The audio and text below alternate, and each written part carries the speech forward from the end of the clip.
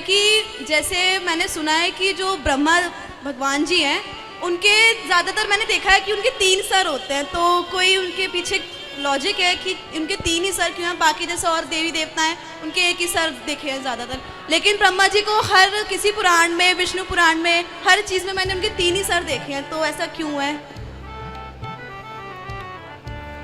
ब्रह्मा जी के 3 सिर इसलिए हैं, 4 सिर थे ब्रह्मा जी के, पर एक किसी कारणवश उनका एक सर, वही उनका छोड़ा हुआ शरीर आज कोहरे के रूप में हम लोगों को, जैसा कि पढ़ाया गया है, कोहरे के रूप में दिखाई पड़ता है। तो जो बचे हैं वो सामने हैं। और मेरा दूसरा, और ब्रह्मा जी देखिए, हर ब्रह्मा जी अलग अलग ढंग के होते हैं। कोई ब्रह्मा ऐसे हैं जिनके 3 सिर हैं, कोई 4 सिर के, कोई 10 सिर के ब्रह्मा जी भी हैं, पर वो अलग सृष्टि के। भगवान की ऐसी सृष्टियाँ बहुत हैं। ब्रह्मांड निकाया निर्मित माया रोम रोम प्रतिवेद कहें। एक सृष्टि में एक ब्रह्मा नियुक्त करते हैं भगवान, एक शिव नियुक्त करते हैं, एक चांद और एक सूर्य नियुक्त करते हैं। पर जो अन्य सृष्टियाँ हैं भगवान की तो बहुत, भगवान तो विशाल हैं। अब साइंस भी कहता है कितनी बड़ी आकाश गंगा है, कितना बड़ा अंतरिक्ष, कोई पार नहीं पा सकता। साइंस ने जितना अभी तक प्राप्त किया है, जितना सर्च किया है, जितना जाना है, वह एक बिंदु है। तो विशाल है ये सृष्टि।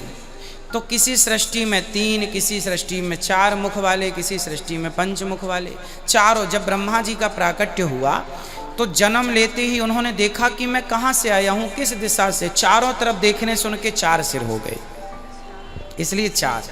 दूसरा सवाल मेरा एक ये क्वेश्चन है कि मैंने अपने एक फ्रेंड से पूछा था कि ज़्यादातर मेरे को क्या, मतलब किसी भी इंसान को ज़्यादातर क्या खाना चाहिए, नॉन वेज या वेज?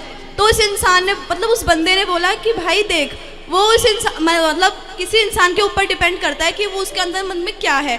जैसे अगर मैं वेजिटेरियन हूँ तो मैं वेजिटेरियन ही खा सकती हूँ। अब मैं दूसरे की वो नहीं कर सकती कि वो बंदा वेजिटेरियन ही खाए, अब वो उसके अंदर है कि वो नॉन वेजिटेरियन खाए या वेजिटेरियन खाए।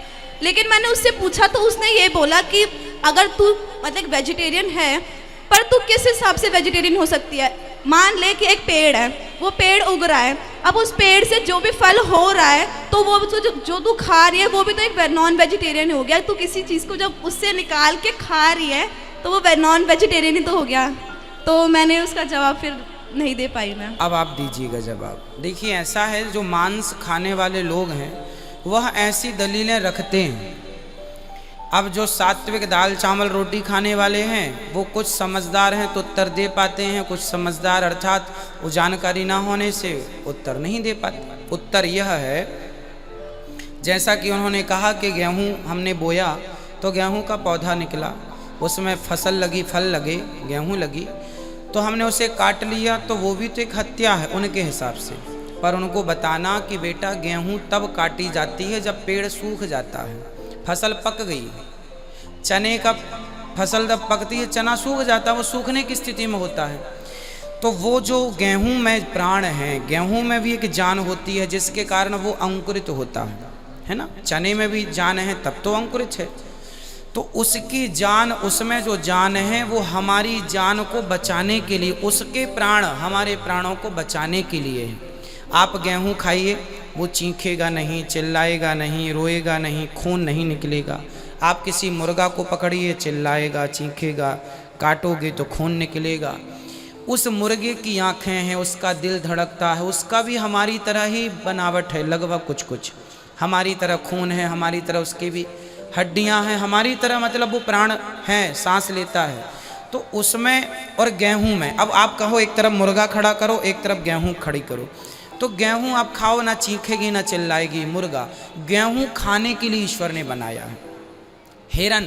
हिरन को शेर खाता है, उसे पाप नहीं लगता, क्योंकि शेर का शिकार, शेर का भोजन वही है, मांस ही है। गाय चारा खाती है, उसका वही भोजन है। ऐसे इंसानों के लिए ईश्वर ने गेहूं, चावल, दाल, रोटी, मसाले, मिर्ची बनाई है ना। मुर्गा नहीं बनाया हमारे लिए। मुर्गा हमारे, बिल्ली मुर्गा खाए, बिल्ली चूहा खाए तो समझ में आता है, क्योंकि बिल्ली के लिए वही उपयुक्त है शायद। हमारे लिए नहीं, हमारे लिए भगवान ने दाल चावल सब्जी रोटी। अब आप कहें कि नहीं जी दाल चावल भी वही है, नहीं, सबकी तुलना सबसे एक तराजू में सबको नहीं तौल सकते। सोनार की तराजू में आलू नहीं तौला जा सकता और आलू वाले की तराजू में सोना नहीं तौला जा सकता।